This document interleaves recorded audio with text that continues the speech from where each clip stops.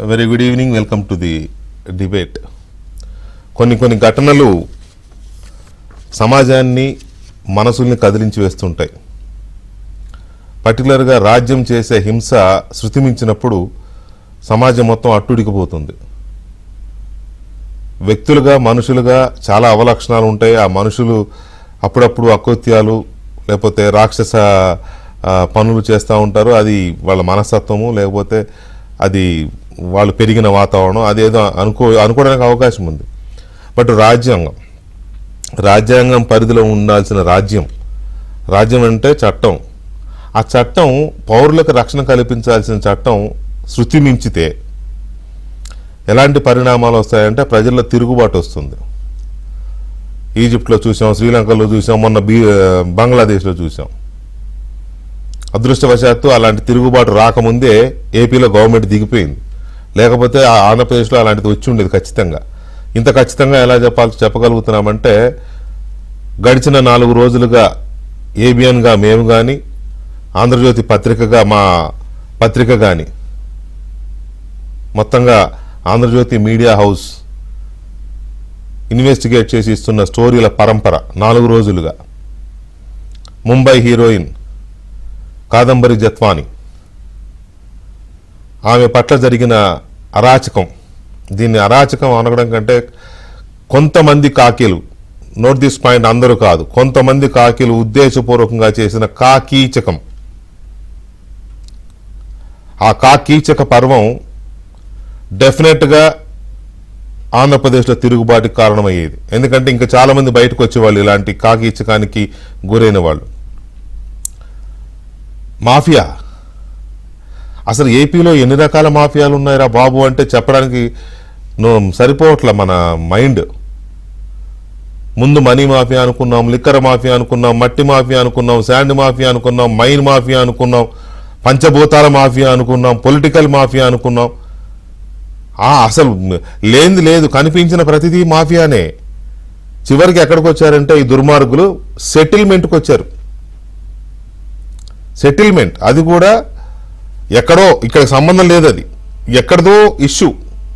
ఆ ఎక్కడదో ఇష్యూని ఇక్కడ సెటిల్ చేసి డబ్బులు తీసుకుని ఒక ఆడపిల్ల జీవితంతో ఆడుకుని అమ్మాయిని ఇంకెన్ని రకాలుగా టార్చర్ చేశారో, ఎన్ని రకాలుగా అబ్యూజ్ చేశారో అమ్మాయి పూర్తిగా చెప్పడం లేదు, కానీ సెటిల్మెంట్ చేశారు దుర్మార్గులు.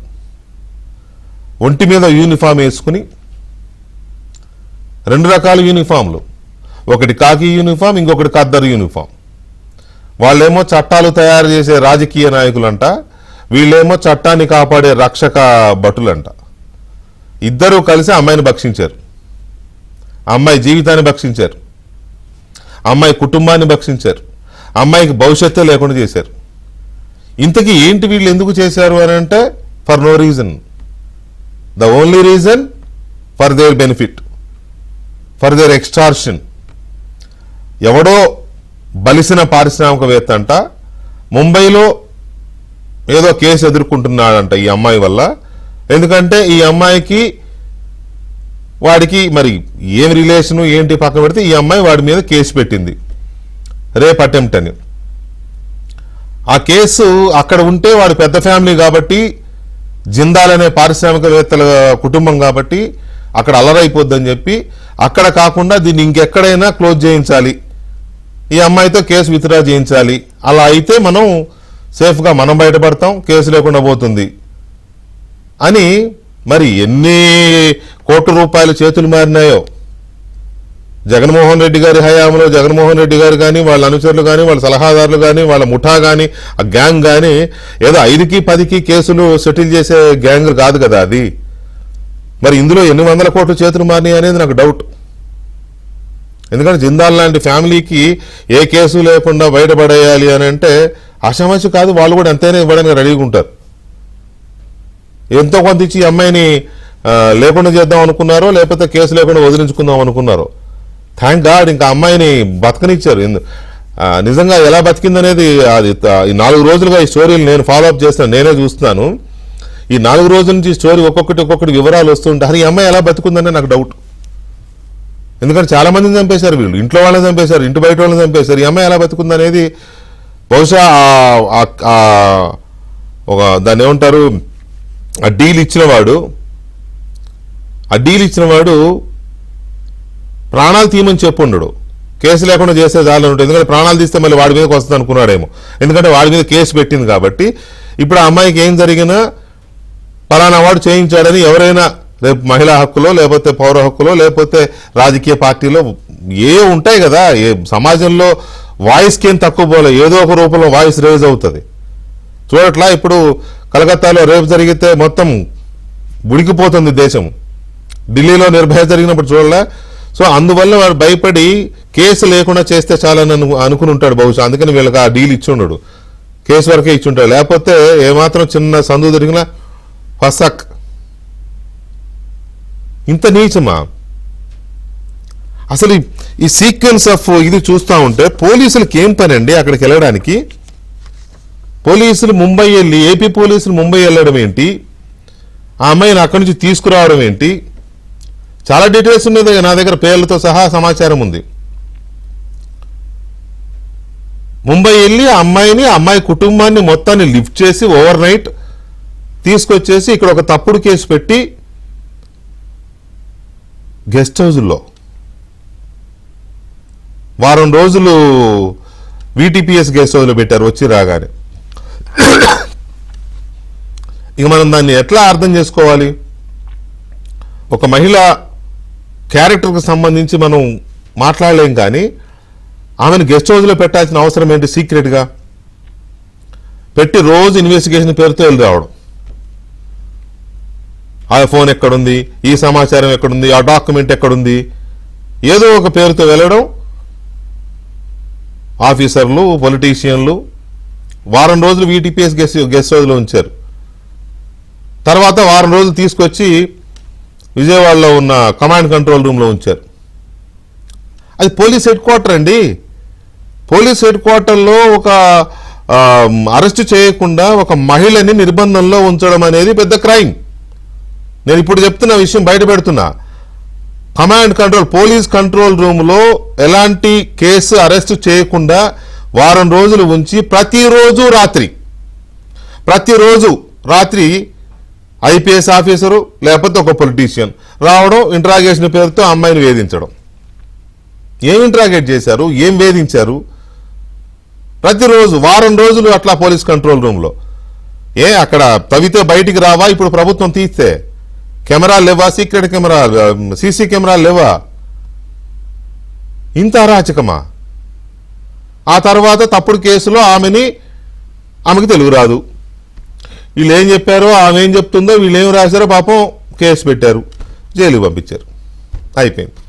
ఆ జైలుకి వెళ్ళిన తర్వాత పాపం ఎవరో లాయర్ పుణ్యం అని అనుకోకుండా, అది కూడా అదృష్టం, వాళ్ళ అదృష్టం, జైల్లో 40 రోజులు జైల్లో ఉన్న తర్వాత బెయిల్ వస్తే బయటకు వచ్చి ముంబై వెళ్ళిపోయారు.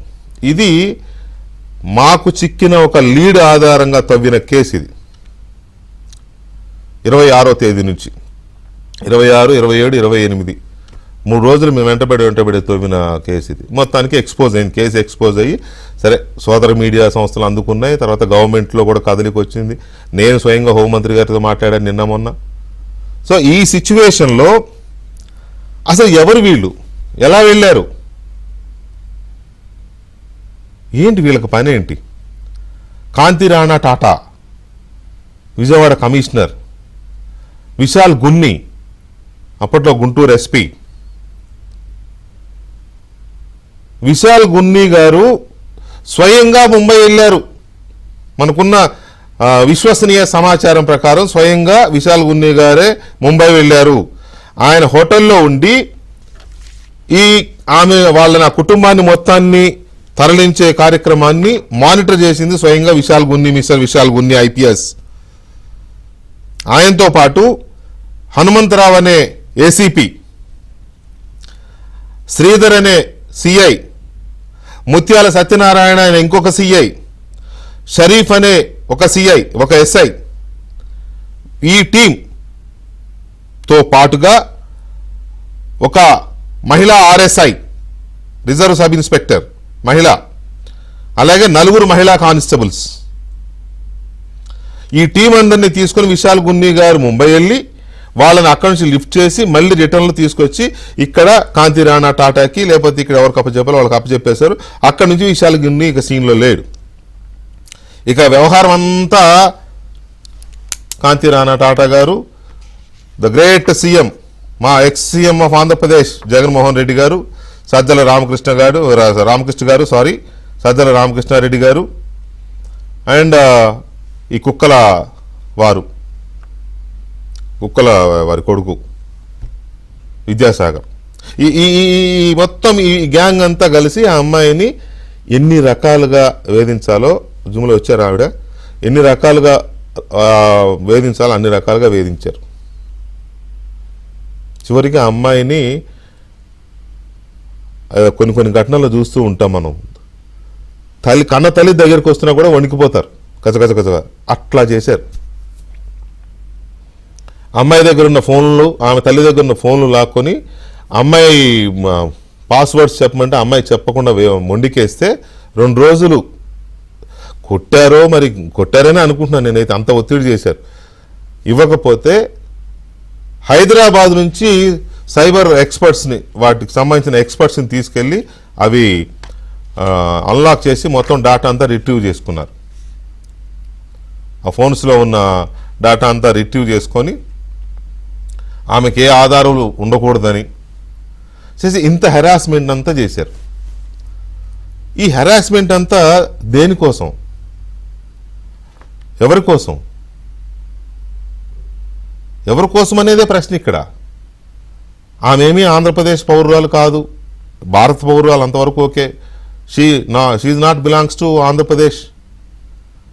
In what way AP police concern to her case or her issue? Why AP police entered in that issue?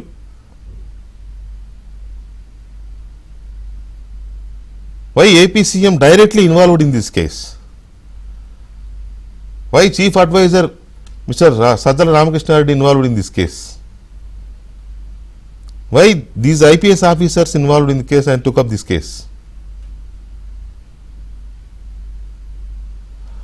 అర్థం కావట్లా.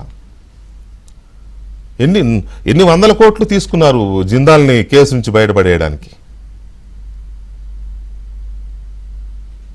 సో దీని మీద మనతో చర్చలో పాల్గొంటున్నారు కాదంబరి జిత్వాని, బాధితురాలు,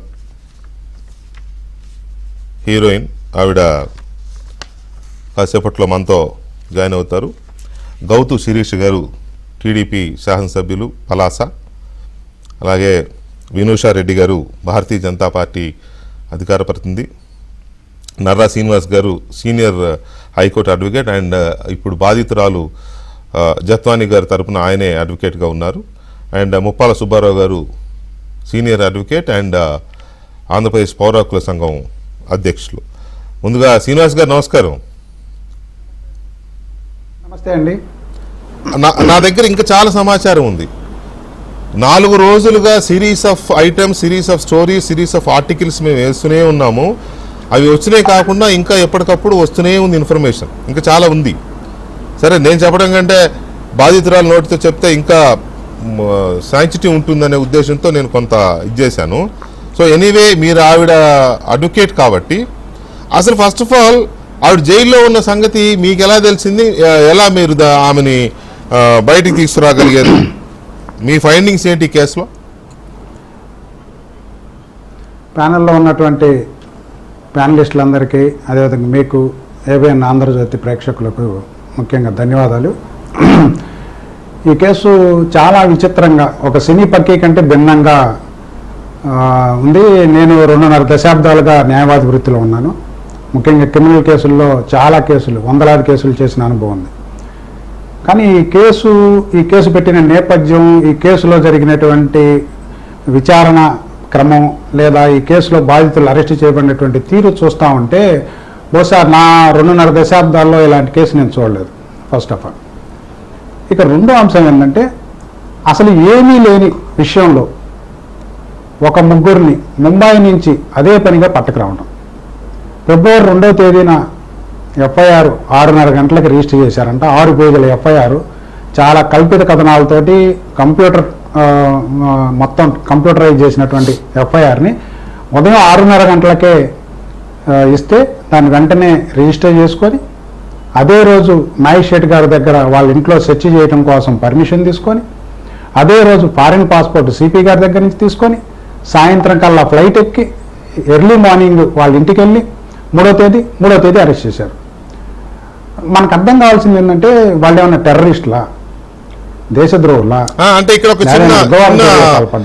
చిన్న ఇదండి, అది అరెస్టా లేకపోతే జస్ట్ అధికారికమైన కిడ్నాపా?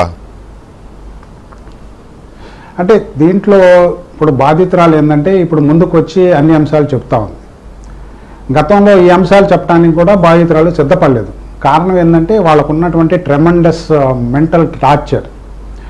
వాళ్ళని ఈ పోలీసులు తమ అదుపులోనికి తీసుకున్న రోజు నుంచి వాళ్ళు రిలీజ్ అయ్యేంత వరకు వాళ్ళు పడినటువంటి ట్రామా చాలా భయంకరమైంది. దాంతో కొన్ని అంశాలు మాకు కూడా చెప్పకుండా సర్ప్రైజ్ చేసింది. మేము మీడియా కథనాలను చూసి ఆమెను అసలు ఏం జరిగిందో చెప్పమ్మా అంటే కొన్ని అంశాలని మాత్రమే బయటపెట్టింది. మరి రేపు 2-3 రోజుల్లో ఆమె పోలీసుల ముందు అపియర్ అవుతుంది, వీడియోగ్రాఫ్ కూడా చేస్తారు, ఆమె స్టేట్మెంట్స్ తీసుకుంటారు. అవసరమైతే అంటే యాజ్ అన్ అడ్వకేట్ నేను మిమ్మల్ని అడిగేది ఏంటంటే అరెస్ట్ చేస్తే ఇక్కడికి రాగానే ప్రొడ్యూస్ చేయాలి, కానీ అది జరగలేదు. విటిపిఎస్ గెస్ట్ హౌస్ లో 1 వారం రోజులు, పోలీస్ కమాండ్ కంట్రోల్ రూమ్ లో 1 వారం రోజులు ఆమెను ఉంచారు. అరెస్ట్ చేస్తే అలా హిడెన్ లో ఉంచాల్సిన అవసరం ఉంటుందా? ఉండదు కదా. అంటే యాక్చువల్గా ఏంటంటే రిమాండ్ రిపోర్ట్లో ఏదైతే పోలీసు వాళ్ళు కోర్టుకు సమర్పించారో దాన్ని బేస్ చేసుకొని నేను మాట్లాడుతున్నాను. అంశాలు బాధితురాలు వచ్చి స్వయంగా చెప్తుంది. రిమాండ్ రిపోర్ట్లో ఉన్నది ఏంటంటే 2వ తారీఖు రిపోర్ట్ ఇస్తే 3వ తేదీ వాళ్ళు వెళ్ళి ముంబైలో వాళ్ళని అరెస్ట్ చేసి తీసుకురావటం. 2వది అక్కడ కూడా సెర్చ్ వారెంట్ ఇమ్మీడియట్గా ఎగ్జిక్యూట్ చేయటం. సెర్చ్ వారెంట్ చేసేటప్పుడు ఏదైతే ప్రొసీజర్ సిఆర్పిసిలో ఫాలో కావాలో ఆ సెర్చ్ యజమాని ఎవరైతే ఇంటి యజమాని ఉంటారో వాళ్ళకి నోటీస్ ఇవ్వటం, సెర్చ్లో ఏమి సీజర్ చేశారనేటువంటి ఫైండింగ్స్ వాళ్ళకి ఇవ్వటం, ఇవన్నీ కూడా రిపోర్ట్ తయారు చేసిన తర్వాత ఇవ్వాలి. ఇంకొక అంశం, అరెస్టు చేసే క్రమంలో సిఆర్పిసిలో కానీ భారత రాజ్యాంగంలో కానీ ఏముంటాయంటే 24 గంటల్లో సంబంధిత మ్యాజిస్ట్రేట్ ముందు ప్రొడ్యూస్ చేయాలి. 2వది అరెస్టు చేసే క్రమంలో ఏ ఎక్విజిషన్ మీద వాళ్ళని అరెస్టు చేస్తున్నారో చెప్పాలి.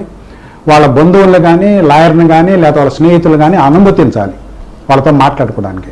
కానీ ఈ కేసులో జరిగినటువంటి విచిత్రమైన సంఘటన ఏంటంటే అసలు సినిమాల్లో కూడా ఇలా జరగదేమని అనిపించింది నాకు. ఆ రిమాండ్ రిపోర్ట్ చూసిన తర్వాత బాధితులు చెప్పిన తర్వాత ఏం చేశారంటే ఎవరైనా వెంటనే వాళ్ళకి అసలు ఎటువంటి ఇన్ఫర్మేషన్ ఇవ్వకుండా ఎందుకు వచ్చాము, ఏం కేసులో వచ్చాము అనేది కూడా చెప్పకుండా, సెర్చ్కి సంబంధించినటువంటి ప్రొసీడింగ్స్ కూడా ఇవ్వకుండా 3 ఫ్యామిలీ మెంబర్స్ని అరెస్ట్ చేశారు.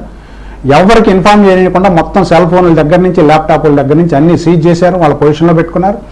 ఒక రకంగా అక్రమంగా కిడ్నాప్ చేసిన వ్యవహారంలాగా వాళ్ళని తీసుకొని అక్కడ మ్యాజిస్ట్రేట్ ముందు ప్రొడ్యూస్ చేయటం, అక్కడి నుంచి మళ్ళీ తీసుకొచ్చి 3వ తారీఖు అక్కడ మ్యాజిస్ట్రేట్ గారి ముందు ప్రొడ్యూస్ చేస్తే 6వ తారీఖు ఇక్కడ సాయంత్రం తీసుకొచ్చి విజయవాడలో మ్యాజిస్ట్రేట్ ముందు హాజరుపరిచామని వాళ్ళ రిమాండ్ రిపోర్ట్లో పేర్కొన్నారు. కాబట్టి ఈ మధ్య గ్యాప్లో వాళ్ళు 2 రోజుల పాటు అంత పెద్ద సీనియర్ సిటిజన్స్, వాళ్ళ మదరు రిజర్వ్ బ్యాంకులో అసిస్టెంట్ మేనేజర్గా పనిచేసి రిటైర్ అయింది, వాళ్ళ ఫాదరు మర్చెంట్ నేవీ దాంట్లో పనిచేసి రిటైర్ అయ్యారు. ఆయనకి 73 సంవత్సరాలు, ఆమెకి 68 సంవత్సరాలు. వీళ్ళిద్దరిని కూడా వీళ్ళతో పాటు కారులో తీసుకొని అక్కడి నుంచి 2 రోజుల పాటు ట్రావెల్ చేశారని వాళ్ళు రిమాండ్ రిపోర్ట్లో పేర్కొన్న అంశం. ఈ మొత్తం సంఘటనలు చూస్తే సెర్చ్ సీజర్ ప్రొసీజర్ ప్రకారం జరగలేదు, అరెస్ట్ ప్రొసీజర్ ప్రకారం జరగలేదు. వాళ్ళకి ఏవైతే సీజ్ చేసుకుంటున్నారు పోలీస్ అధికారులు, ఆ సీజర్ మెటీరియల్ ఏం సీజ్ చేశారనేటువంటి ఇన్ఫర్మేషన్ కూడా ఇవ్వలేదు. మీరు కోర్టు ఆర్డర్ కనుక చదివితే బెయిల్ ఆర్డర్లో, కోర్టు ఆర్డర్లో కూడా అదే ఉంటుంది. వీళ్ళు ఈ డాక్యుమెంట్స్ సీజ్ చేసుకున్నామన్నారు, ఈ ఫోన్ సీజ్ చేసుకున్నామన్నారు, కోర్టులో పెట్టలేదు, RFSLకి పంపలేదు. అదేవిధంగా ఒక డాక్యుమెంట్ ఒకటి, ఫోర్జరీ డాక్యుమెంట్ ఒకటి క్రియేట్ చేశారు. ఈ డాక్యుమెంట్లో ఏముంటుందంటే ఇది అగ్రిమెంట్ ఆఫ్ సేల్. దీంట్లో పైనేమో పేరుకి అగ్రిమెంట్ ఆఫ్ సేల్ అని చెప్పారు, లోపలేమో GPA అంటారు. అసలు దానికే అర్థం కదా, GPA వేరు, అగ్రిమెంట్ ఆఫ్ సేల్ వేరు. ఇది ఆమె ఫోర్జరీ చేసి, ఆయన సంతకాన్ని ఫోర్జరీ చేసి ఈ ఆస్తిని 5 ఎకరాల ఆస్తిని ఆమె కొండపల్లి వచ్చి వేరే వాళ్ళకి అమ్ముతుందంట. ఆమె అరెస్ట్ అయ్యేంత వరకు ఆమెకు ఆంధ్రప్రదేశ్ అంటే ఏందో తెలియదు, ఇక్కడికి రాలేదు. వాళ్ళ కుటుంబ సభ్యులు కూడా ఎవరో రాని పరిస్థితి. కానీ ఈ ఫ్యాబ్రికేట్ డాక్యుమెంట్ ఎందుకు క్రియేట్ చేశారా అంటే 10 సంవత్సరాలు జైలు శిక్ష విధించే సెక్షన్ విధించాలి అని అంటే fabrication of document, falsification of documents, forgery అనేటువంటి ప్లీ ఉండాలి. కాబట్టి లేదనుకోండి మిగతా అన్ని కూడా చీటింగ్, ఎలైడ్ సెక్షన్స్, ఎక్స్టార్షన్ ఇవన్నీ కూడా 7 సంవత్సరాల్లోపు జైలు శిక్ష విధించగలిగే కేసులు కాబట్టి అరెస్ట్కి అవకాశం లేదు. కాబట్టి అరెస్ట్కి అవకాశాన్ని క్రియేట్ చేసుకోవడం కోసం ఈ ఫాల్స్ డాక్యుమెంట్ ఒక దాన్ని క్రియేట్ చేసుకొని ఆయనకి ఏదో ఆస్తి ఉన్నట్టు ఆ ఆస్తిని ఏదో వేరే వాళ్ళకి బదలాయించబోతున్నారు, అది కూడా అగ్రిమెంట్ల మీద. ఈ విచిత్రం ఏంటంటే ఈ కేసు వాళ్ళు బయటకు వచ్చిన తర్వాత మేము ఈ కేసుకు సంబంధించిన వివరాల్లో అతని ఆస్తి వివరాలను కూడా సేకరించారు. నేను ఈసీ ఎన్కంబరెన్స్ సర్టిఫికేట్ తీసుకోవడం జరిగింది. ఈ ఎన్కంబరెన్స్ సర్టిఫికేట్లో అతని ఆస్తి కేవలం అతను పేర్కొన్నటువంటి ఆస్తి లేదు. రెండవది ఉన్న కొద్దిపాటి ఆస్తి కూడా వేరే వాళ్ళకి మార్టగేజ్ పెట్టుంది, రిజిస్టర్ మార్టగేజ్ పెట్టున్నటువంటి ఆస్తిని ఎవరైనా ప్రాథమిక న్యాయ సూత్రాలు తెలిసిన ఎవరైనా సరే తన ప్రాపర్టీ కొనుక్కునేటప్పుడు ఈసీ తీసుకొని చెక్ చేసుకొని అన్ని కరెక్ట్గా ఉంటేనే కొనుక్కుంటారు ఎవరైనా. అన్ని అందులో ఇంత పెద్ద ట్రాన్సాక్షన్, కోట్ల రూపాయల ట్రాన్సాక్షన్. కానీ ఈసీ తీస్తే మాకు అర్థమైంది ఏంటంటే మొత్తం కూడా మార్టగేజ్ అయింది. అతనికి చాలా కేసుల్లో ఇన్వాల్వ్ అయినాడు. ఈ కేసులో ఎవరైతే కంప్లైనెంట్ అతను దేశంలో కాదు. ఒక మాట శ్రీనివాస్ గారు, అతను విద్యాసాగర్ ఆ వ్యక్తి అదే అతనే కదా మీరు చెప్పేది. అతనేంటి, అతని ఆస్తులు ఏంటి, ఏం తెచ్చారు ఏంటి, అది అంతా సెకండరీ. ఫస్ట్ ఆఫ్ ఆల్ అతని బయోగ్రఫీ పెద్దగా మనకి ఇది లేదు. మీరు పడిన శ్రమ కానీ బాధితురాలు పడిన బాధకు కానీ అవన్నీ సెకండరీ. నేనేమంటానంటే ఒక్క నిమిషం. సుబ్బారావు గారు నమస్తే అండి, మ్యూట్లో ఉన్నారు సుబ్బారావు. యా సుబ్బారావు గారు, ఇప్పుడు నాకు శ్రీనివాస్ గారు చెప్పిన ఆ అరెస్ట్కి సంబంధించిన వ్యవహారంలో ఒక విషయంలో అఫ్కోర్స్ నాకు లీగల్గా మీలాంటి వాళ్ళతో డిబేట్ చేయడం వల్ల ఏమో కొంత ఇది వచ్చింది. అరెస్ట్ చేస్తే ఏ స్టేట్లోనైనా వెళ్ళి అరెస్ట్ చేస్తే అక్కడ లోకల్ పోలీస్ ఇన్ఫర్మేషన్ ఇవ్వడం ఒకటి, తర్వాత అక్కడే ప్రొడ్యూస్ చేసి తీసుకురావడం అనేది రెండవది. ఎదిరిగి 24 గంటల లోపు ఎక్కడో చోట కోర్టులో ప్రొడ్యూస్ చేయాలి. This is the procedure. ఇప్పుడు మనకు శ్రీనివాస్ గారు చెప్పిన దాంట్లో ఏంటి, అక్కడ నుంచి బై రోడ్ వచ్చాము 48 అవర్స్ పట్టిందని ఇక్కడ ఒక స్టోరీ చెప్పారంట. అది అసలు నిలబడే వ్యవహారమేనా? అలా ఉంటుందా సుబ్బారావు? జనరల్ గా వెంకటకృష్ణ గారు ఆల్రెడీ అక్కడ ప్రొడ్యూస్ చేసి ఇక్కడికి తీసుకొచ్చారనేది రిమాండ్ రిపోర్ట్ లో ఉన్న అంశం. ఒకటి ఏంటంటే సెక్షన్ 50 సిఆర్పిసి ప్రకారము చాలా స్పష్టంగా ఎవరినైనా ఎక్కడైనా అరెస్ట్ చేస్తే ఆ అరెస్ట్ గల కారణాలు ఏంటి, దాంట్లో వీళ్ళకు ఉన్నటువంటి లీగల్ రైట్ ఏంటి చెప్పాలి ఒకటి. రెండోది 24 గంటలకు మించి సెక్షన్ 57 సిఆర్పిసి ప్రకారం ఎవరినైనా కానీ 24 గంటల మించి డిటెన్షన్ లో ఉంచకూడదు. ఉంటే అదంతా ఇల్లీగల్ కన్ఫైన్మెంటే అవుతుంది. కాబట్టి దీంట్లో వాళ్ళు రికార్డులో రాసిన దాని ప్రకారము 3వ తారీఖు అరెస్ట్ చేశారు, 6వ తారీఖు కోర్టుకు హాజరుపరిచారు. కాబట్టి ఇక్కడ చాలా కూడా మోర్ దాన్ 24 అవర్స్ ట్రావెలింగ్ యొక్క టైంని మినహాయించిన మోర్ దాన్ 24 అవర్స్ ఉన్నట్టుగా ఇల్లీగల్ డిటెన్షన్ లో ఉన్నట్టుగా స్పష్టంగా అర్థమవుతుంది ఒకటి. రెండోది ఆమె చెప్పిన దాంట్లో కూడా చాలా స్పష్టంగా చెప్తా ఉంది, మా ప్లేడర్ గారిని కూడా విచారణ సమయంలో అనుమతించలేదు అని చెప్పింది. సిఆర్పిసిలోనే సెక్షన్ 41D ప్రకారము ఆమెకు రైట్ ఉంది, ఎవరిని కావాలంటే ఆమె చాయిస్ ప్రకారము విచారణ సమయంలో ప్లేడర్ గారిని ఎలా చేయమని అడగొచ్చు. కానీ ఇక్కడ న్యాయవాదిని కూడా అనుమతించలేదనేది ఆమె చాలా స్పష్టంగా చెప్పిన అంశం అండి. కాబట్టి ఇక్కడ వాళ్ళ చుట్టాలకు కూడా సెక్షన్ 50A సిఆర్పిసి ప్రకారం ఎవరినైనా అరెస్ట్ చేస్తే వాళ్ళ రిలేటివ్స్ కి ఇన్ఫార్మ్ చేయాలి. వీళ్ళు ఎక్కడి నుంచి వచ్చారు, ఏ నేరంలో వచ్చారు, ఎక్కడికి తీసుకువెళ్తున్నారు, ఈ సమాచారం చెప్పాలి. కానీ ఆ సమాచారం కూడా ఏమి చెప్పనట్టుగా దీంట్లో స్పష్టంగా కనబడుతుంది. అంటే రాజ్యాంగపరమైన హక్కులు కానీ చట్టపరమైన హక్కులు కానీ చట్టాలు కానీ మాకు వర్తించమని చెప్పేసని ఈ ఐపీఎస్ వ్యవహరించిన తీరు మనం కనపడతా ఉంది.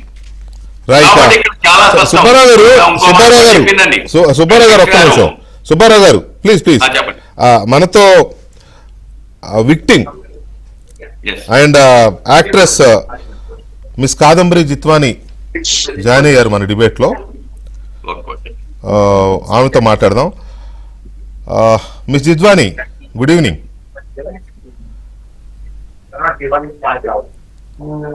Miss Jethwani, good evening.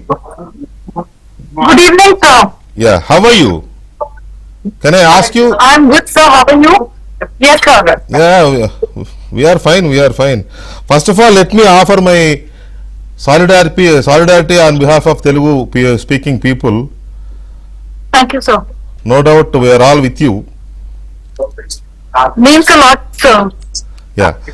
Here, the issue is first my question to you is, what is the issue between you and Mr. Jindal, Sajjan Jindal?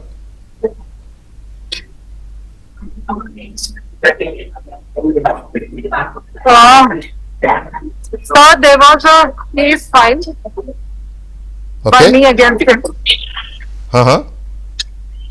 in December 2023. Okay. Uh, that's on record. Yes. Okay. You filed a case against him that he attempted a rape attempt against you, right? Inappropriate behavior. Yes. Okay. Then how the case transferred to Andhra Pradesh? What is the relation to Andhra Pradesh police and Maharashtra case? That should be a matter of thorough investigation. But I'll tell you the facts. Okay. The court dates for my statement were 5th to 9th February Huh. 2024 in Bombay. Hmm.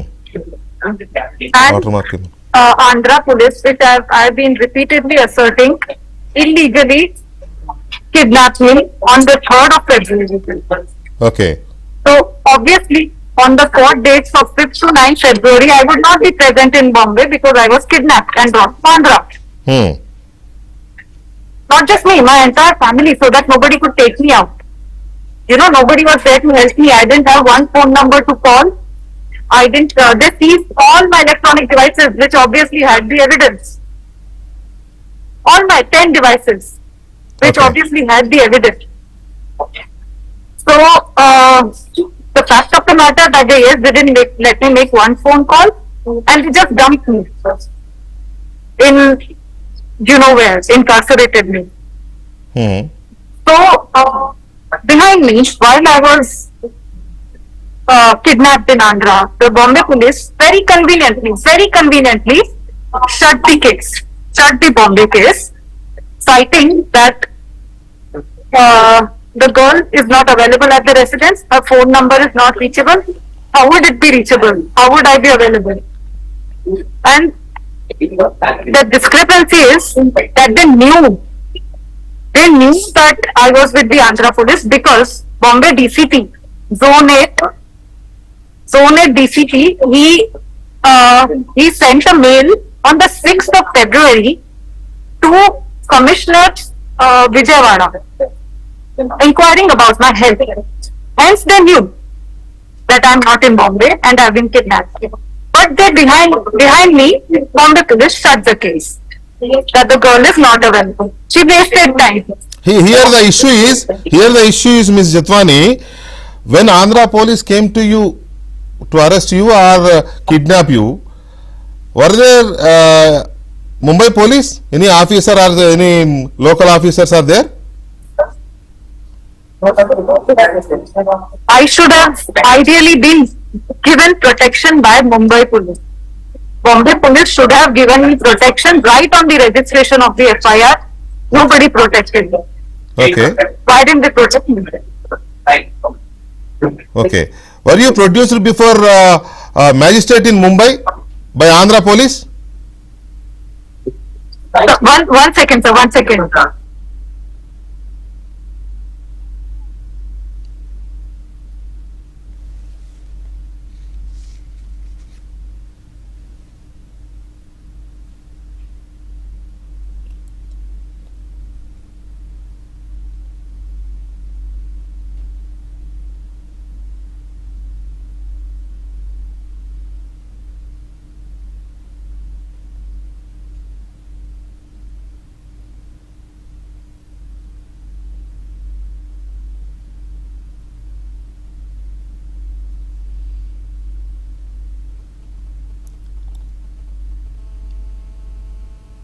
Time పడుతుందా?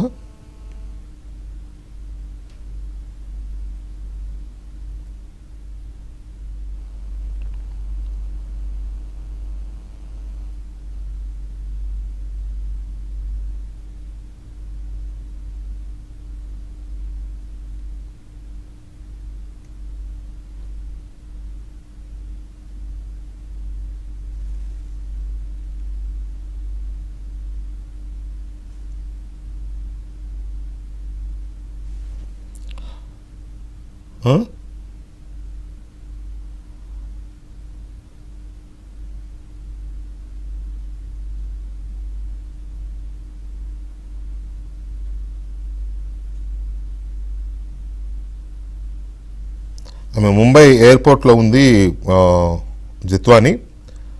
ఆమె ఇక్కడ case పెట్టడం కోసం ఆంధ్రప్రదేశ్ ప్రభుత్వం ఆమె తరపున case file చేసి investigate చేయడానికి పోలీస్ ఆఫీసర్లు ఎవరెవరు దీంట్లో ఉన్నారు, ఎవరెవరు ఆమెని వేధించారు, అసలు దీని పూర్వాపరాలు ఏంటి అనేది ఇన్వెస్టిగేట్ చేయడం కోసం ఆమెతో కేసు పెట్టించమని స్వయంగా ముఖ్యమంత్రి నారా చంద్రబాబు నాయుడు పోలీసుల్ని ఆదేశించారు. దాంతో కేసు కోసం మరి ముందు ఇక్కడ నుంచే ఏపీ నుంచి ఒక పోలీస్ బృందం ముంబై వెళ్ళాలని ఒక ప్రిపరేషన్ చేశారు. అందులో భాగంగా ఆమెతో సంప్రదించినప్పుడు నాకు ప్రొటెక్షన్ ఇస్తే నేనే అక్కడికి వస్తానని చెప్పి ఆమె చెప్పడంతో వీళ్ళు ప్రొటెక్షన్ ఇవ్వడానికి రెడీ అయ్యారు. ఆమె ఇప్పుడు ఏపీకి రావడానికి కోసం ముంబై ఎయిర్పోర్ట్లో ఉండి మనతో జూమ్లో జాయిన్ అయ్యి మాట్లాడుతున్నారు. అక్కడున్న ఎయిర్పోర్ట్ కదా, కొంత పబ్లిక్ మొబిలిటీ ఉంటుంది కాబట్టి కొంత ఇబ్బంది వచ్చినట్టుంది.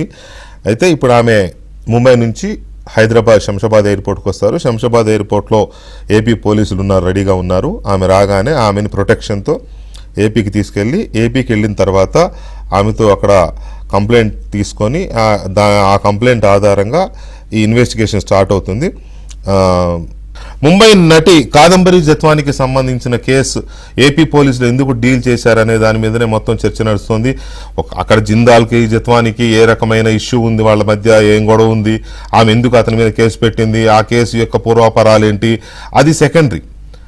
అయితే ఆ కేసుని ఏపీ పోలీసులు ఎందుకు కొట్టేయించాలనుకున్నారు, కొట్టేయించడం కోసం ఆ అమ్మాయిని అక్కడి నుంచి ఇక్కడికి కిడ్నాప్ చేసి తీసుకొచ్చి ఇక్కడేదో ఒక ఫాల్స్ కేసు పెట్టించి అమ్మాయి మీద ఆ అమ్మాయిని విపరీతంగా టార్చర్ చేసి, custodial torture, guest house torture, ఇంకెన్ని రకాల టార్చర్ చేసి ఆమెతో నువ్వు అక్కడ కేసు విత్డ్రా చేసుకుంటేనే ఇక్కడ కేసు పోతుంది, లేకపోతే 10 ఏళ్ళు జైల్లో ఉంటావని బెదిరించి చివరికి అక్కడ కేసు విత్డ్రా చేసుకున్న తర్వాత ఈ కేసు తీసేసి పంపించారు.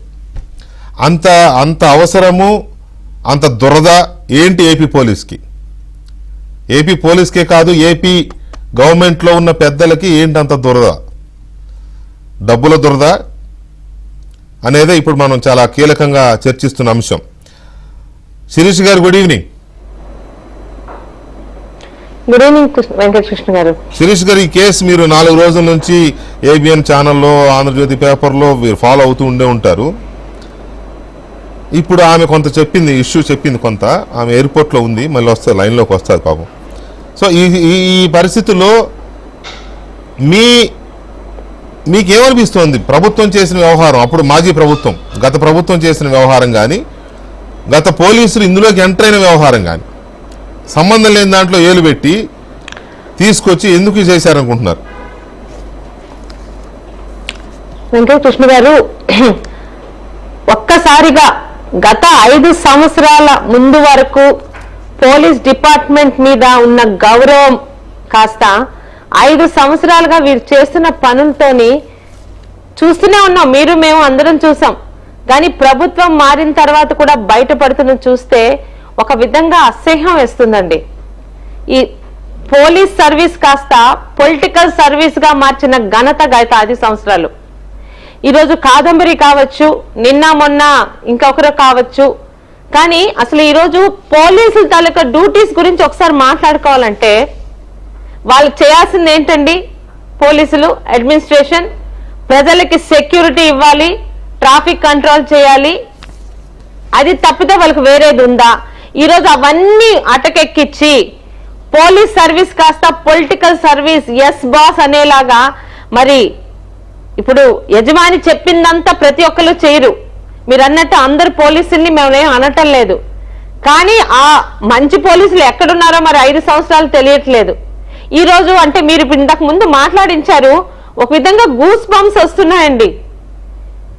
ఒక లాయర్ గారు మాట్లాడారు, ఎక్కడో మహారాష్ట్రలోని అమ్మాయికి ఒక ద బిగ్గెస్ట్ రిచెస్ట్ పర్సన్ తో ఉన్న ఒక గొడవని అక్కడ పోలీసులు అక్కడ రాజకీయ నాయకులు కల్పించుకొని క్లియర్ చేయలేకపోయేసరికి అలాంటి వెధవ పనులన్నీ చెత్త పనులన్నీ చేయడానికి అప్పటి ఆంధ్ర రాష్ట్రంలో ఉన్న గవర్నమెంట్ పేరుతో ఉన్న అధికార పార్టీ ఇలాంటి వాటిలో చాలా చక్కగా ఉంటుంది. కాబట్టి వాళ్ళ అంటే జగన్మోహన్ రెడ్డి గారు ముఖ్యమంత్రి పదవిని ఇలాంటి సెటిల్మెంట్లు చేయడానికి ఉపయోగించారన్నది కనీసం ఇప్పటికైనా ఇంకా ఆయనకి 11 సీట్లలో అధికారం ఇచ్చిన ఆంధ్ర రాష్ట్ర ప్రజలకి తెలియాలి. వెంకటకృష్ణ గారు ఒక బ్రోకర్ స్థాయికి దిగిపోయాడు కదా. అవును, ఒక ముఖ్యమంత్రి ఇప్పుడు మహారాష్ట్రలో అమ్మాయి కూడా మన రాష్ట్ర అమ్మాయి కాదు, కనీసం అమ్మాయి చేతిలోని చిక్కుకున్న అతను అమ్మాయి చేతిలోని కేసు పెట్టబడిన అవతల పర్సన్ కూడా మన రాష్ట్ర పర్సన్ కాదు. ఇది ఎందుకు ఆంధ్ర రాష్ట్ర పోలీసులు ఇన్వాల్వ్ అయ్యారు అన్నది అందరికీ అర్థమవుతుంది. కానీ మాకు అర్థం కానిది ఏంటంటే, మీరు మాలాగా ఇంకొక 4 రోజులు 40 మందితో మాట్లాడించాక మళ్ళీ ఇంకో కొత్త కేసుకు షిఫ్ట్ అయిపోతారా?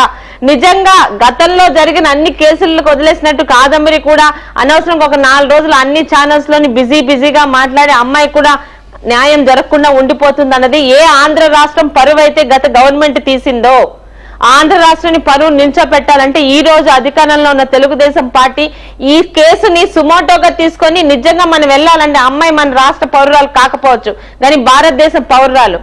ఏం మాట్లాడతారండి భారతదేశంలోని ఎక్కడైతే మహిళల్ని పూజిస్తామంటారో, ఎక్కడైతే దసరా ఫెస్టివల్ రోజు 9 రోజులు ఆడపిల్లల్ని కూర్చోపెట్టి దేవి అవతారంగా పూజిస్తారో, ఎక్కడైతే అబ్బా మరి మార్చి 8వ తారీఖునైతే మా మహిళల్ని ఈ రోజు ఇంకా ఆకాశం మీదకి పంపించేస్తారో, ఎక్కడైతే ఆకాశంలో సగం భూమి మీద సగం నారి అంటే దేవత అన్నారో, అక్కడ ఈ రోజు ఒకటి కాదు ఇంతకు ముందు ఈ రోజు జరుగుతున్నాయి, రేపు జరుగుతున్నాయి. Where is the ending?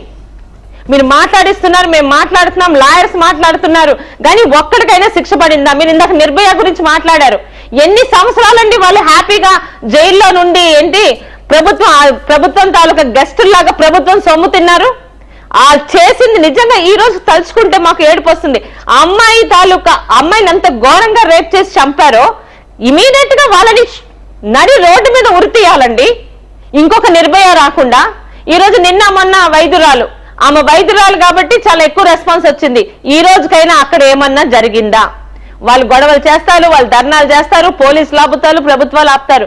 అసలు ఒక ఆడపిల్లకి ఇబ్బంది కలిగినప్పుడు ఎందుకు ప్రభుత్వం అవసరం ఏముంది? అక్కడ చట్టం న్యాయం కదా రావాలి.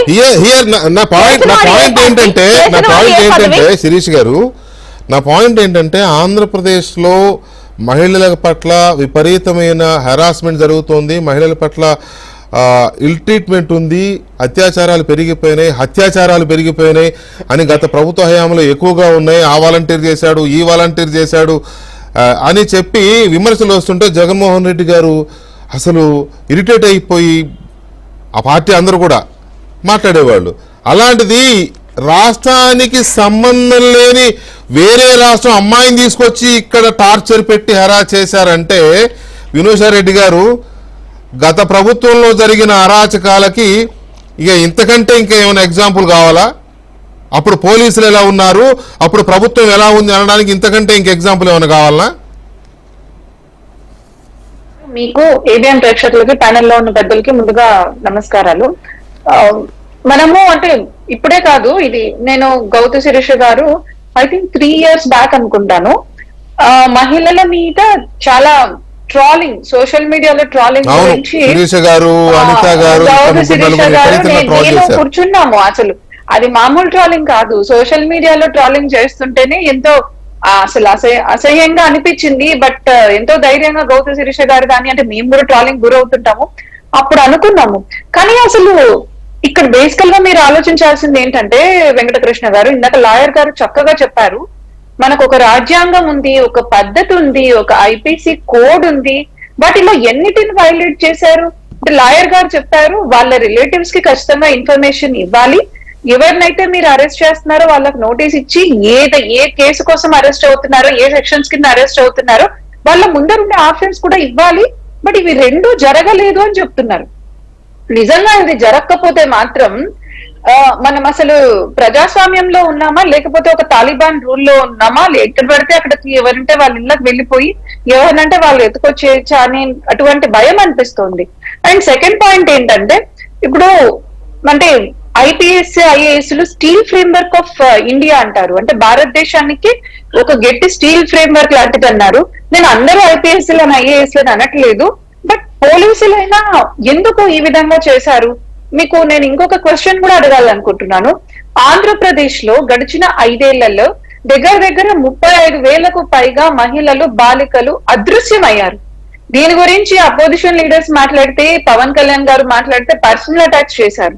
మరి పోలీసులు ఆ అదృశ్యం అయిపోయిన బాలికల విషయంలో ఎందుకు ఇంత అత్యుత్సాహం ప్రదర్శించలేదు?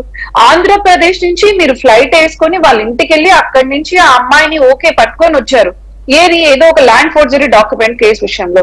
సరే, ఒక వికలాంగ మహిళ డైరెక్ట్ గా ముఖ్యమంత్రి గారికి విన్నవించుకోవడానికి వెళ్తే అదే పోలీసులు ఆపేశారుగా, నా ల్యాండ్ కబ్జా గురైందంటే. మరి అదే పోలీసులు ఎందుకు ఆ విషయంలో పట్టించుకోలేదు? ఇంకొక విషయానికి వద్దాం. మీరు వైజాగ్ తీసుకోండి, హయగ్రీవ భూములు తీసుకోండి, విజయవాడలో తీసుకోండి, ఎంతో దేవుడి భూములు, ఎంతో మంది వాటిని కబ్జా చేశారు అని కేసులు పెడితే ఆ విషయంలో ఎందుకు పోలీసులు ఇంత ఎంతోజియాస్టిక్ గా మీరు ఎంక్వైరీ చేయలేదు? మీరు ఇవన్నీ వదిలేసేయండి. సొంత చెల్లెలు మా నాన్నని హత్య చేసిన దాంట్లో దర్యాప్తు విషయంలో ఎందుకు ఇదే పోలీస్ యంత్రాంగం వాళ్ళు కరెక్ట్ గా కనీసం పట్టించుకోకపోవడం వల్ల స్వయాన చెల్లెలు కోర్టుకు వెళ్లి, CBIకి వెళ్లి, మాకు నమ్మకం లేదు ఆంధ్రప్రదేశ్ ప్రభుత్వం మీద అని మార్చుకోవాల్సి వచ్చింది కదా.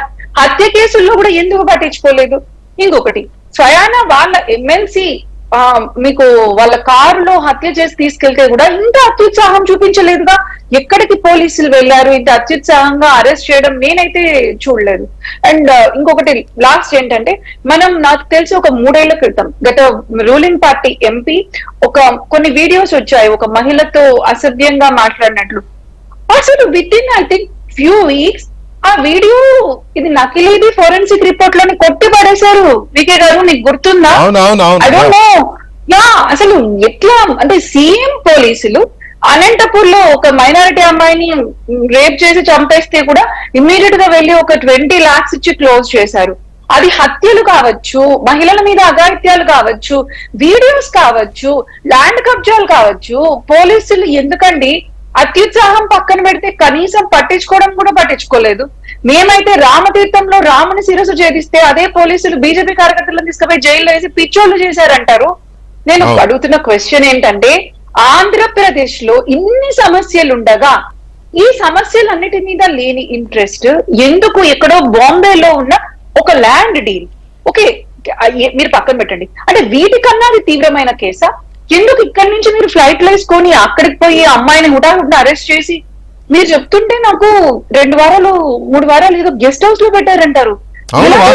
అసలు ఇది నిజం? అంటే లాయర్ గారు శ్రీనివాస్ గారు ఏంటంటే, ఇప్పుడు అడ్వకేట్ గా ఆ కేసులో ఉన్నారు కాబట్టి సబ్జుడిస్ అవుతుందనో, లేకపోతే లాయర్ గా వారు మాట్లాడకూడదనో, అది వేరే కారణాలు అయి ఉండొచ్చు. కానీ నాకు చాలా గట్టి సోర్స్ ద్వారా వచ్చిన information and almost it's confirmed.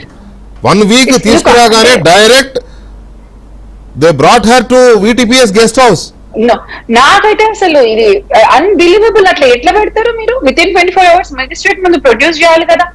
అంటే if this is really true, then the present government should investigate in depth.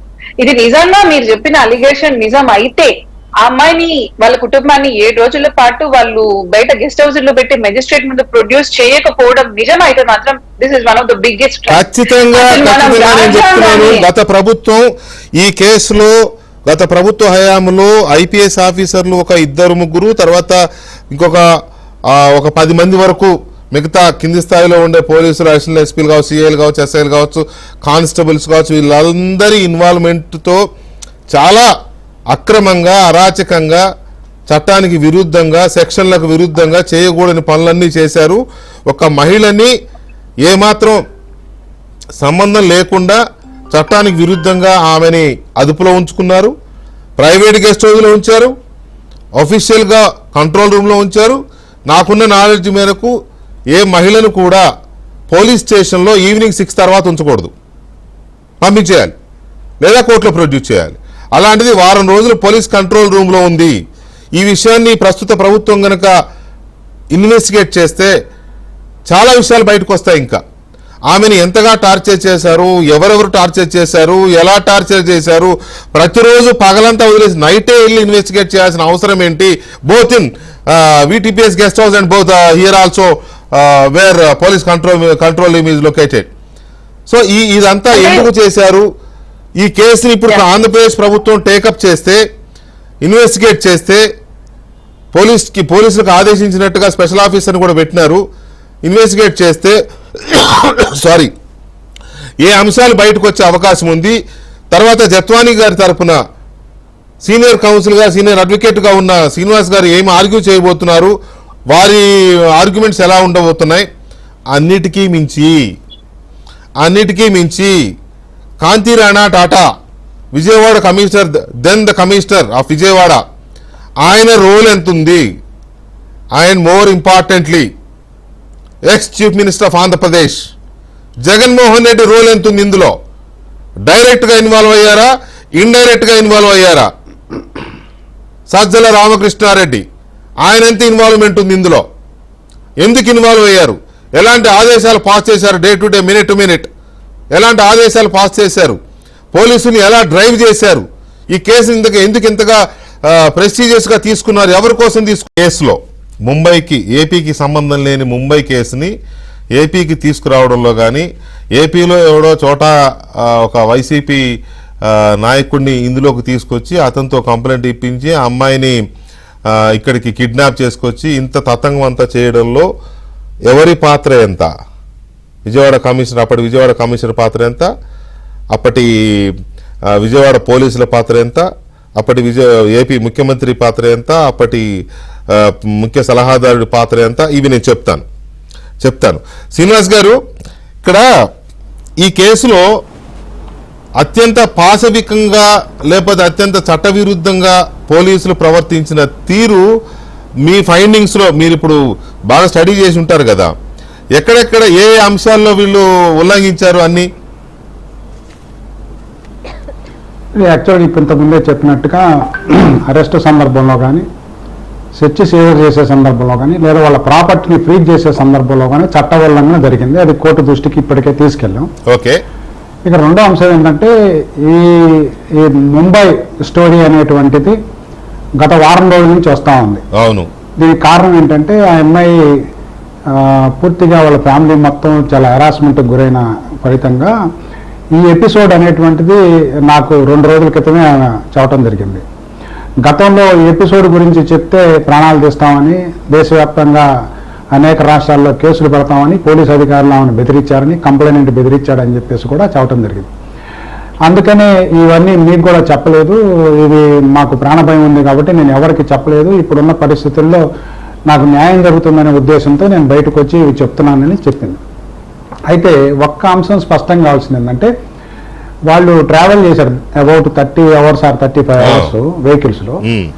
ఈ క్రమంలో పోలీస్ అధికారులు, 2 IPS అధికారులు రెగ్యులర్గా ఆ టీంకు టచ్లో ఉండి వాళ్ళని గైడ్ చేస్తూ వాళ్ళని ఎక్కడ ఆగాలి, ఏం చేయాలి, ఎలా తీసుకురావాలి, ఇట్లా అనుక్షణం గంటకి ఫాలోఅప్ చేశారని మాత్రం బాధితురాలు చెప్పడం జరిగింది.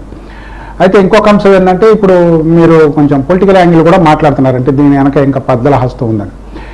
ఏంటంటే సహజంగా న్యాయవాదులుగా మేము ఏం చేయాలంటే బాధితురాలు చెప్పినటువంటి అంశాలకే పరిమితం కావాలి. అయితే బాధితురాలు 1 or 2 daysలో వచ్చి పోలీస్ అధికారుల ముందు వీడియోగ్రాఫ్ తోటి స్టేట్మెంట్ ఇస్తుంది.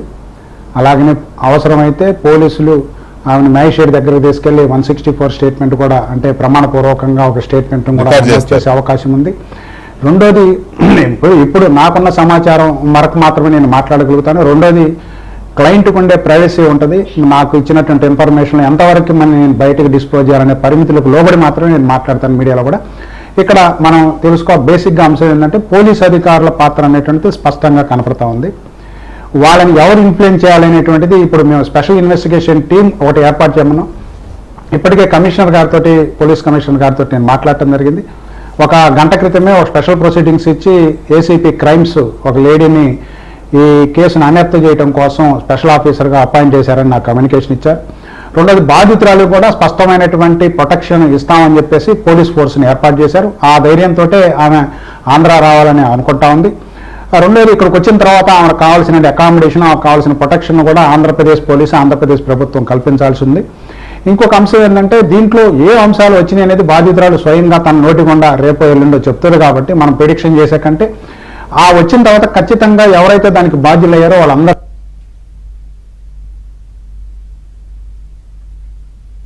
ఈ కేసులో ఖచ్చితంగా యా శ్రీనివాస్ గారు, ఈ కేసులో మనం ప్రిడిక్ట్ చేయడానికి పెద్దగా ఏం మిగల్లా. ఇంకా మొత్తం ఆల్రెడీ ఏబిఎన్లోనూ ఆంధ్రజ్యోతిలో పబ్లిక్ డొమైన్లో ఉంది. ఇక ఏమన్నా between the four walls Venkateswara మీకున్నంత స్వేచ్ఛ నాకుండదు. నేను I can understand sir, I can understand. నేను అందుకే చెప్పాను ఇందాక అడ్వకేట్ గా ఆయనకున్న లిమిటేషన్స్ నా పరిమితులతోటే మాట్లాడతాను. ఎందుకంటే క్లయింట్ తన నోటి గుండా చూడటం అనేటువంటిది అప్రాప్రియేట్. మనమేదో 100% మన ఉద్దేశాలను ఆలకాపాదించకంటే ఇప్పుడు ఖచ్చితంగా ఎంత సీన్ జరిగిందనంటే ఇంత అంటే మీరు కాన్ఫిడెంట్ గా ఉన్నారా ఈ కేసులో? ఎవరెవరు సరే పొలిటీషియన్స్ పక్కన పెట్టండి, ఎందుకంటే అది బియాండ్ యువర్ లిమిట్స్ కాబట్టి.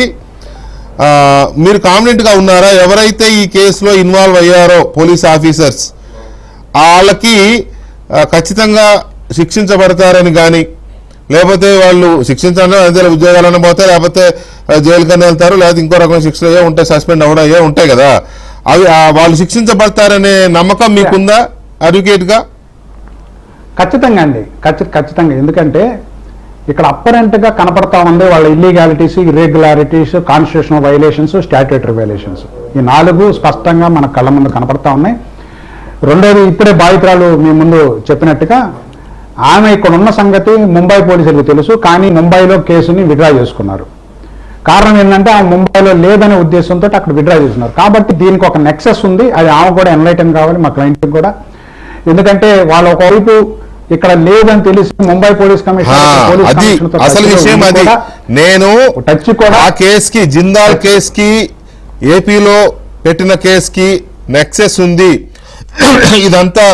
ఇదంతా వాళ్ళ మెహర్బానీ కోసమో లేకపోతే కోట్ల కొద్ది రూపాయల ముడుపులు తీసుకునో జిందాల్ దగ్గర ఏపీ పోలీస్తో ఈ పని చేయించారు అనేది ఎస్టాబ్లిష్ అవుతోంది. కాబట్టి ఆమె నా ఫస్ట్ క్వశ్చన్ అది అడిగాను నేను, what is the issue between you and mister Jindal అని. కాకపోతే అది వాళ్ళ ప్రైవసీ వ్యవహారం కాబట్టి no I can understand sir, అది ప్రైవేట్ వ్యవహారం కాబట్టి ఒకటి. రెండోది ఆల్రెడీ ఆమె ఆ కేసు విత్డ్రా చేసుకుంది కాబట్టి 2. అందువల్ల ఆమె ఆ విషయంలో ఎక్కువగా మాట్లాడడానికి ఇష్టపడలేదు, మాట్లాడలేదు. తర్వాత మనం వేరే విషయానికి వెళ్ళి ఇంతలో ఫైట్ వచ్చినట్టుంది. She mood up. Okay right. ఇక్కడ సుబ్బారావు గారు ఒక్క విషయం చెప్పాలండి. చెప్పండి శ్రీనివాస్ గారు. ఇప్పుడు ఒక్క విషయం చెప్పాలి. మీరు ఒక ప్రశ్న అడిగారు. ఖచ్చితంగా ఈ కేసులో న్యాయం జరిగేంత వరకు న్యాయ పోరాటం జరుగుద్ది. రెండోది ఎవరైతే ఎర్రింగ్ అఫీషియల్స్ కానీ లేదా ప్రైవేట్ పర్సన్స్ కానీ లేదా గవర్నమెంట్లో ఏ స్థాయిలో ఉన్నప్పటికీ చట్ట ప్రకారం వారికి కఠినమైనటువంటి శిక్ష పడేటువంటి అవకాశం ఉంది. ఆ మేరకు ఆయన ఆల్రెడీ ఆగస్టు 1వ తేదీన పోలీస్ ఆఫీసర్ల మీద ఇక్కడ ఉన్నటువంటి అంశాల మీద ఇట్లా మాకు అన్యాయం జరిగిందని చెప్పేసి ముంబై పోలీసులకు ఆల్రెడీ ఒక రిటర్న్ రిపోర్ట్ ఇవ్వడం జరిగింది ఆగస్టు 1న.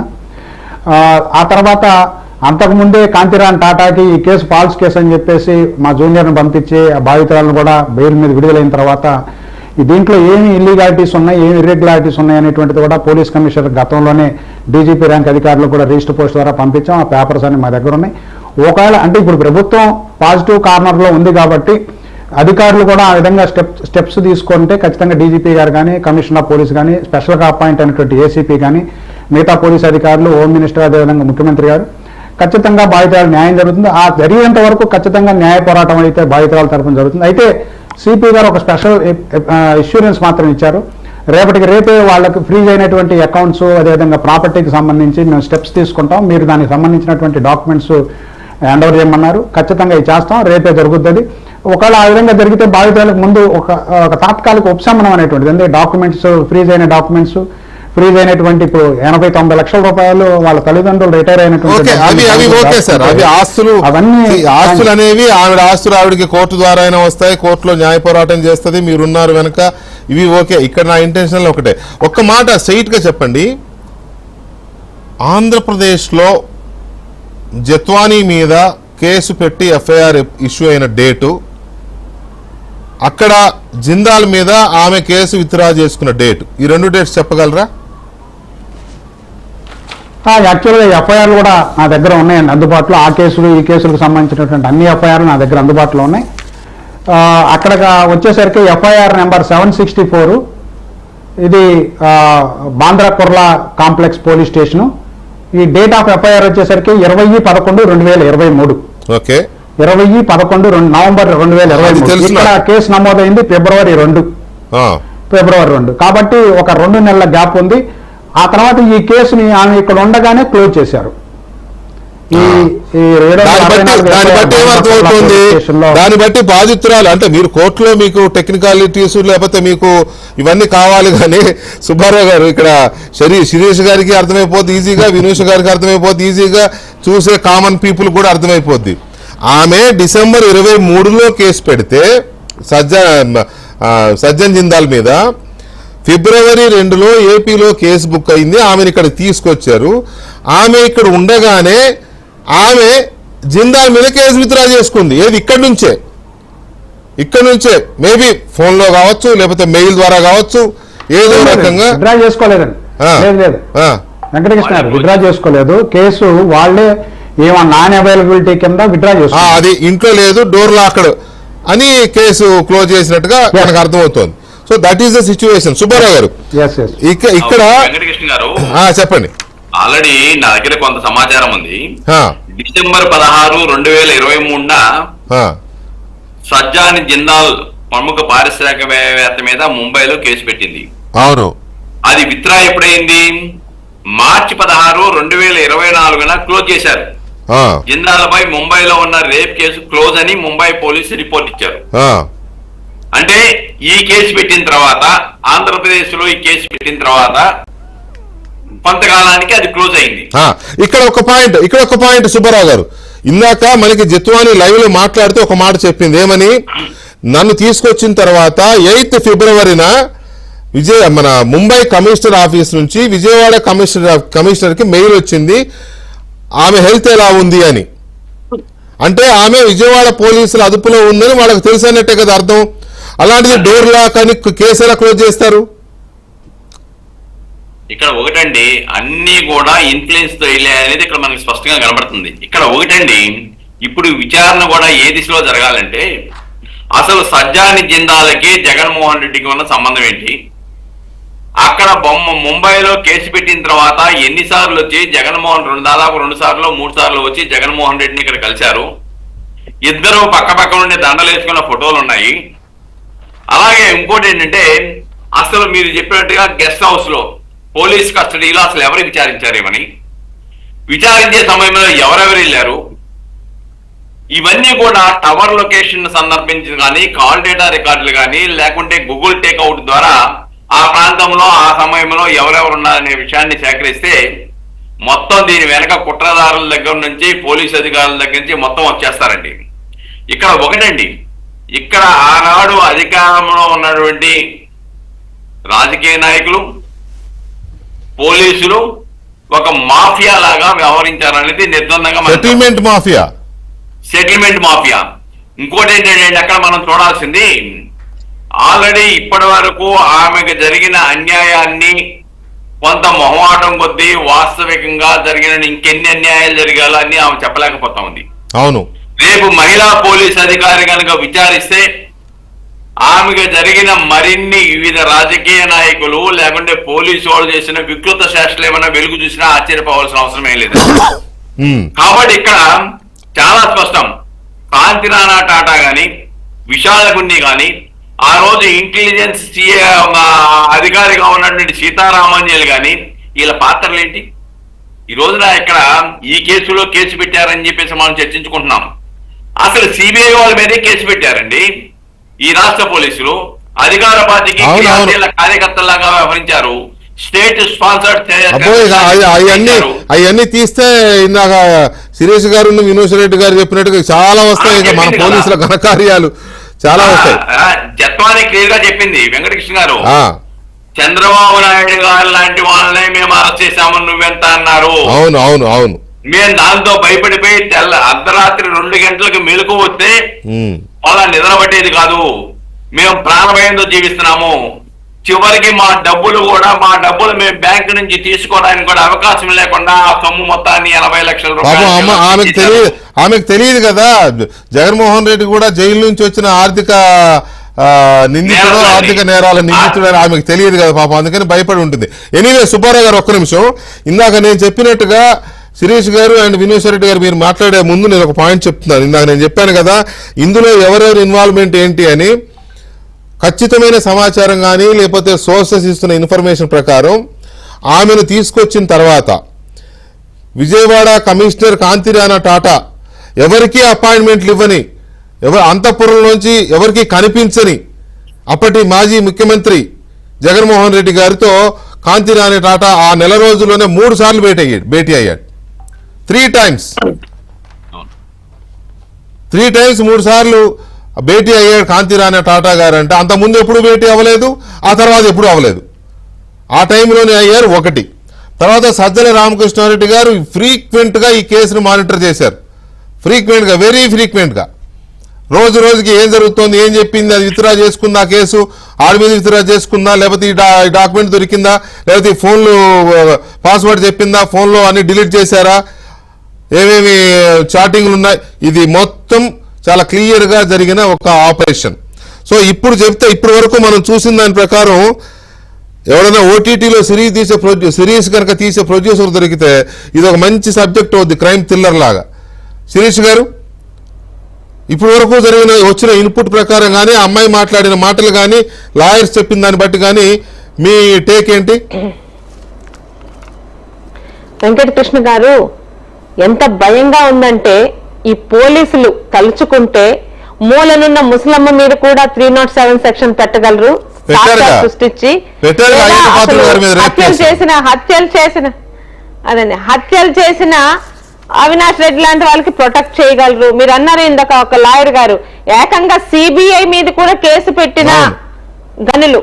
ఇక అంటారా ఒక విశాల్ గున్ని కానివ్వండి, ఒక సీతారాం నేంద్రేలా ఆర్ కాంతిరాణా టాటా, వీళ్ళని అంటే ఒక ఐపీఎస్ ఒక లాంటి ఒక అడ్మినిస్ట్రేషన్ చదివిన చదువులు వీళ్ళు.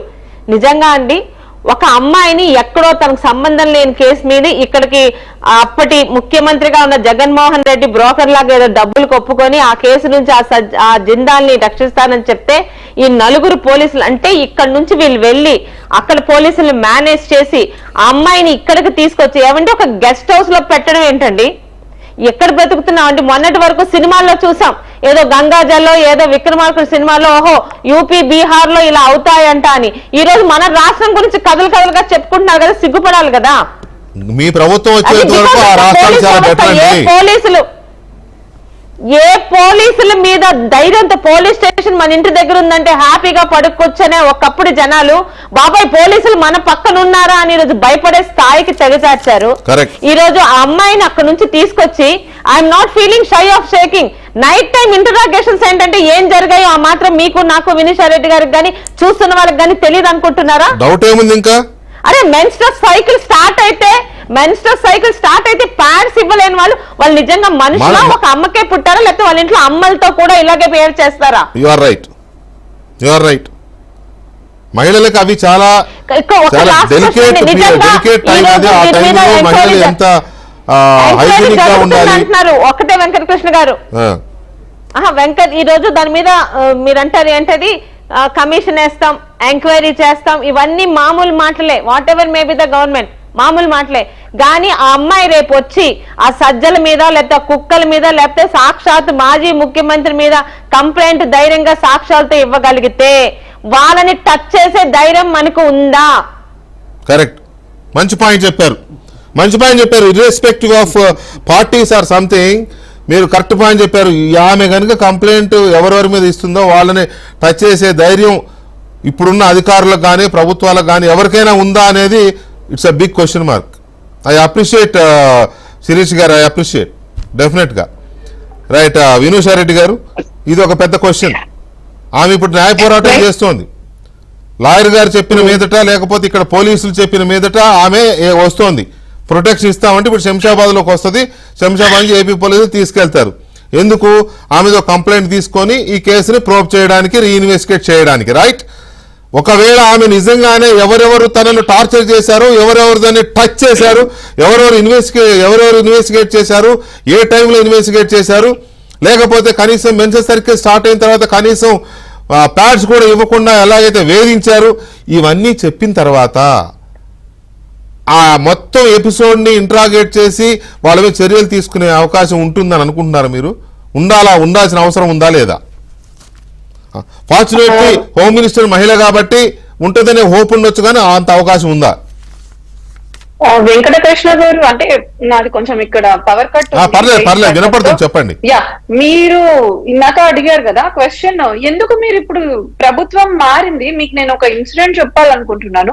నేను ఇంతకు ముందు 35,000కు పైగా మహిళలు మిస్ అయ్యారండి అని చెప్తే అప్పుడు గత ప్రభుత్వం అపోజిషన్ వాళ్ళని ఎట్లంటే అట్లా దుర్భాషలాడింది.